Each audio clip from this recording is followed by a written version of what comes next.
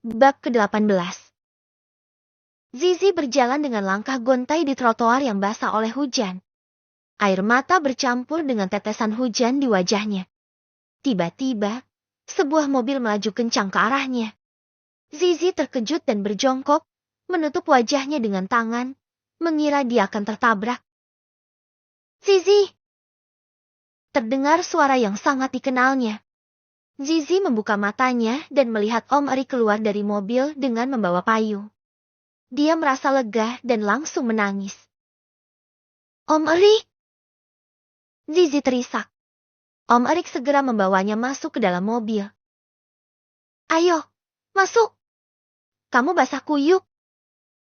Katanya lembut sambil memayungi. Zizi menurut dan masuk ke dalam mobil.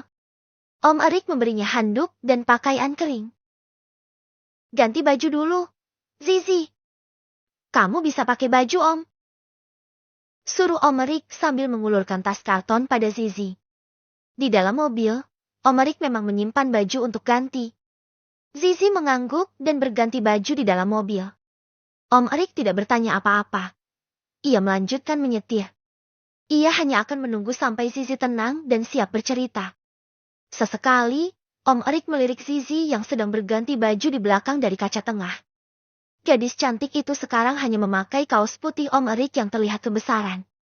Om Erik meneguk ludahnya. Zizi memang terlihat seksi dengan kaos kebesarannya. Om Erik memang sudah tergoda pada gadis cantik dengan bibir terbelah itu. Tapi, ia menahan diri dan mencoba fokus pada jalanan. Setelah beberapa saat, mereka hanya berputar-putar tak tentu arah. Om Erik mengajak Zizi makan. Tadi udah makan? Zizi menggeleng. Mau makan dulu? Enggak. Zizi nggak lapar, Om. Tolak Zizi yang masih dalam mode sedihnya. Aku lapar. Mau temani Om makan. Zizi diam. Masih sangat terluka oleh kata-kata Mbak Anita. Dan sekarang ia sedang menikmati luka itu. Mau enggak? Suara tanya dari Om Erik kembali terdengar. Terserah Om saja. Jawab Zizi lemah. Ya udah, kalau gitu makan seafood aja ya. Lagi pengen makan seafood. Kata Om Erik. Tak ada jawaban. Om Erik mencari resto yang cocok untuk makan seafood. Di resto, mereka duduk berhadapan. Makanlah dulu, Zi. Kamu pasti lapar. Kata Om Erik sambil menyodorkan menu. Zizi nggak lapar, Om. Ya udah, beli aja camilan apa gitu. Nggak enak makan sendiri. Om Erik sedikit memaksa. Ia tahu Zizi pasti lapar karena memang belum makan dan malah bersedih begini. Zizi akhirnya memilih kentang goreng dan roti bakar. Zizi nggak nemuin Jason kok. Aku nggak bilang begitu. Zizi. Iya. Zizi juga cuma ngasih tahu. Kadang aja kami ketemu karena memang teman sekelas. Iya. Om ngerti. Om nggak cemburu. Tanya Zizi penasaran juga menatap wajah Om Erik.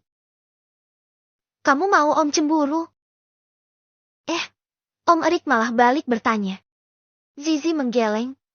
Ia hanya ingat saat Om Erik marah. Sungguh tidak enak. Didiamkan selama berhari-hari dan ia tak ingin mengulangi lagi. Padahal, tanpa Zizi tahu, Om Erik tidak sepenuhnya marah. Ia hanya ingin memberi Zizi pemahaman jika yang dilakukan salah.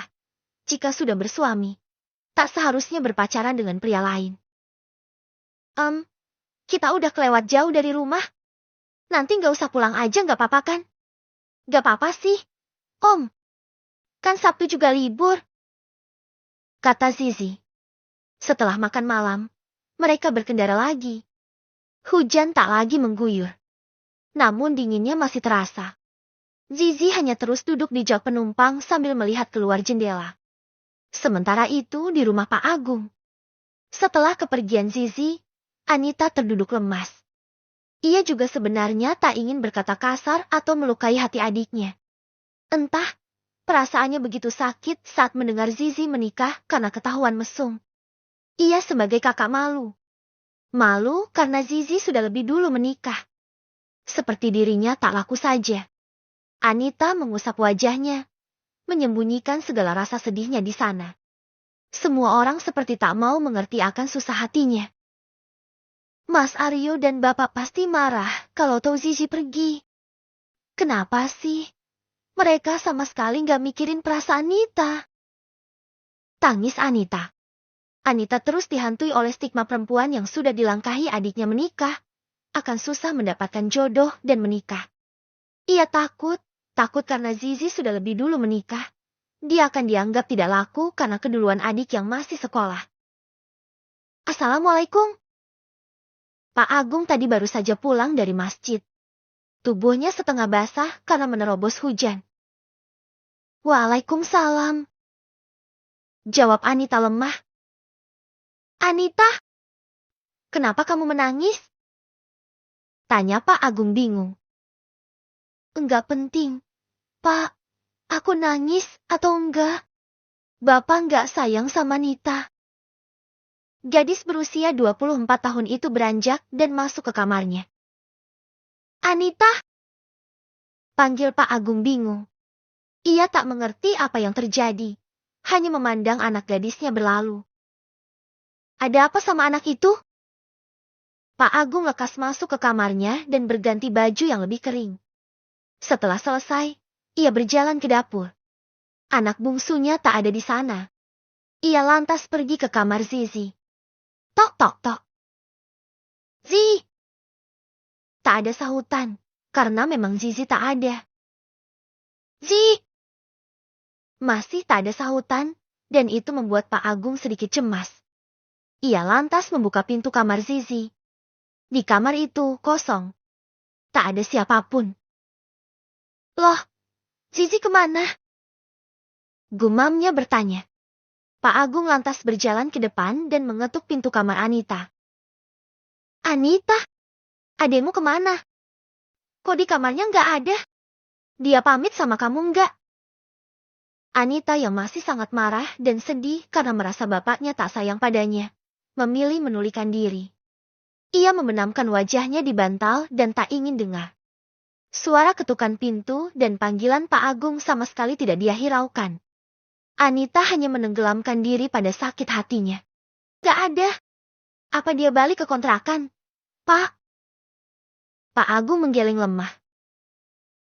Kok gak pamit ya? Yo. Coba Aryo tanya dulu. Usul Mas Aryo sambil mengeluarkan gawainya. Mas Aryo mencoba menghubungi Zizi namun nomor Zizi tak aktif.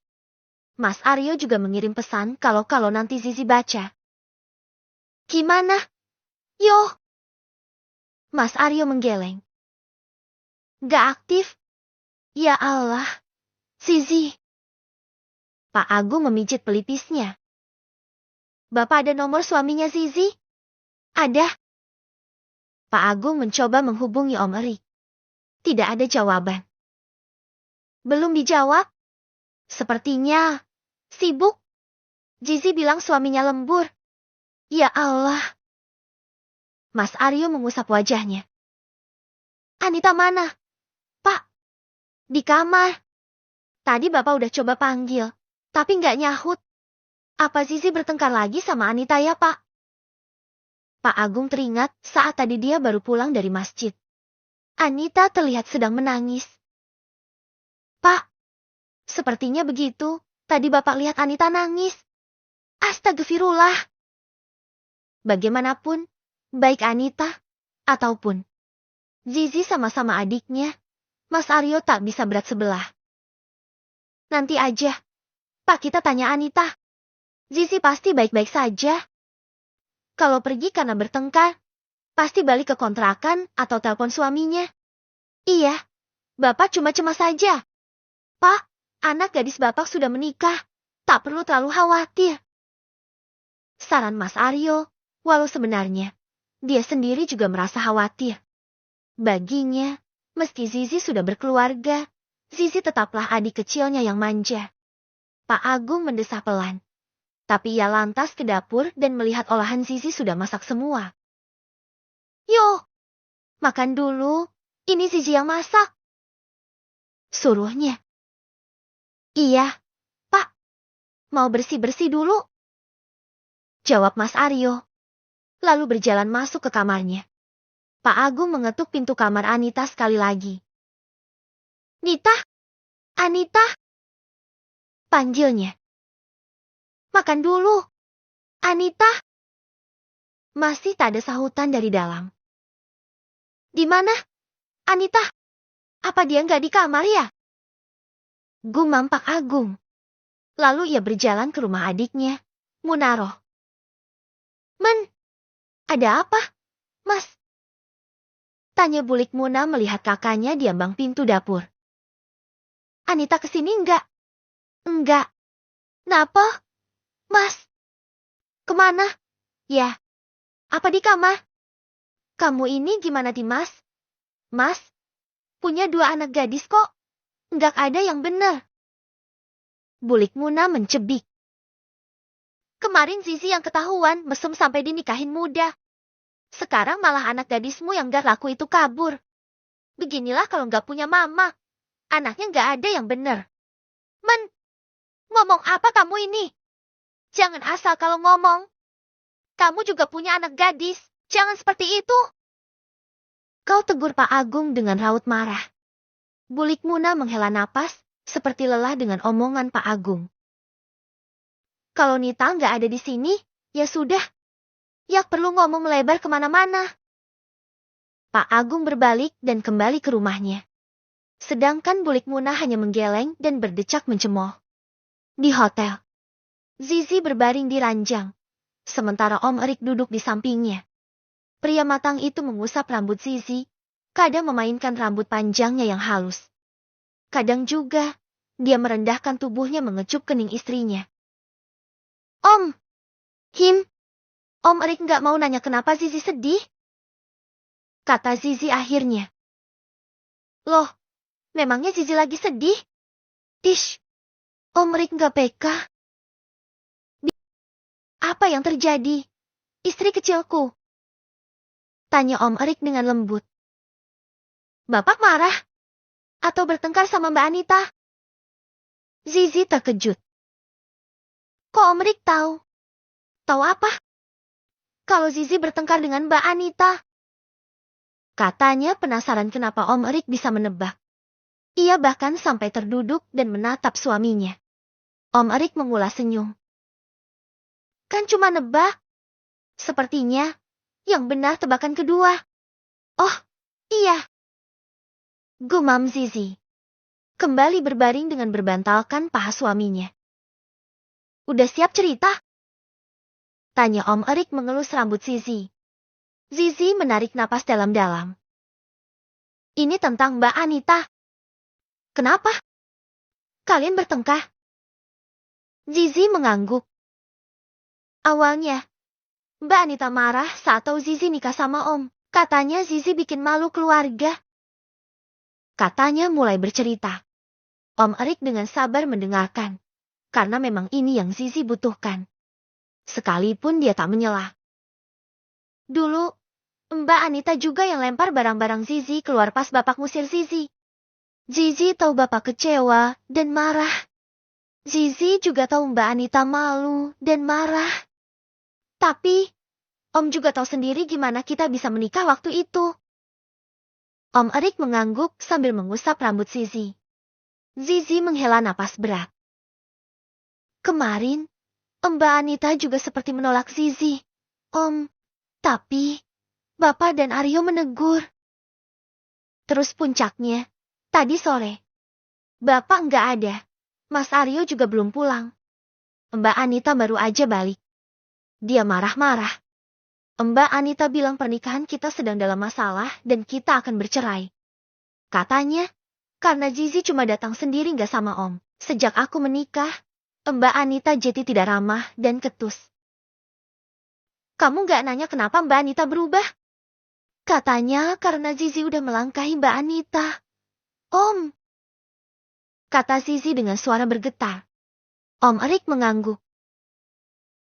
Kadang, orang yang belum menikah merasa cemburu atau marah ketika adiknya menikah lebih dulu. Mungkin itu yang dirasakan Anita. Tapi Om kan tahu sendiri, kita gimana bisa sampai menikah. Aku tidak berencana menikah muda. Om, semua ini terjadi karena keadaan. Zizi mencoba menjelaskan. Om juga pasti nggak terpikir akan nikah sama Zizi kan? Om Erik malah tersenyum. Apa sih? Om kok malah senyum-senyum? Protes Zizi duduk menatap suaminya kesal. Iya, Om dapat daun muda. Aish! Zizi kesal menepuk lengan suaminya. Om Erik tertawa. Sepertinya, mitos kakak yang dilangkahi adiknya menikah masih ada di masyarakat ya. Mitos? Zizi mengerutkan alisnya. Om Erik mengangguk. Iya. Om Erik menarik Zizi dalam pelukannya. Dalam masyarakat, zaman dulu, ada istilah adik tidak boleh melangkahi kakaknya. Karena kalau dilanggar, bisa membuat dampak pada kakaknya. Pandangan tidak laku bisa melekat dan menghambat jodoh di kakak. Begitukah? Om Erik mengangguk. Tapi itu pandangan masyarakat terdahulu. Karena mereka memikirkan perasaan si kakak yang masih sendiri. Sementara adiknya sudah menikah. Sekarang, cobalah memahami perasaan Mbak Anita. Wanita dewasa yang didahului adiknya menikah memang bisa merasa terganggu mentalnya. Tadi Mbak Anita juga bilang begitu. Jeti, apa sekarang kamu memahami perasaan kakakmu? Zizi mengangguk. Tapi, Zizi tetap sakit hati dengan ucapan dan tuduhan Mbak Anita. Om, ya, memang tidak membenarkan sikap Mbak Anita berucap tidak baik padamu. Jeti wajar kan, kalau Zizi sakit hati dan menangis? Iya. Om Erik mengangguk dan mengelus kepala istrinya. Tadi, Mbak Anita juga bilang Zizi tidak memberi pelangkah. Masalah itu, biar Om nanti yang urus. Kata Om Erik sambil menggenggam tangan Zizi. Ah, iya. Om Erik saja cuma kasih mahar 500.000. Om Erik terkekeh. Maaf, gak bawa uang lebih soalnya. Iya, Zizi ngerti kok. Toh sekarang, Om juga kasih Zizi banyak. Anggap aja udah impas. Mereka pun berbincang cukup intens sampai akhirnya tertidur bersama. Hanya tidur, tanpa aktivitas ranjang yang lain. Esok paginya, Zizi terkejut melihat gawainya penuh dengan telepon dan pesan dari Mas Aryo, kakak sulungnya.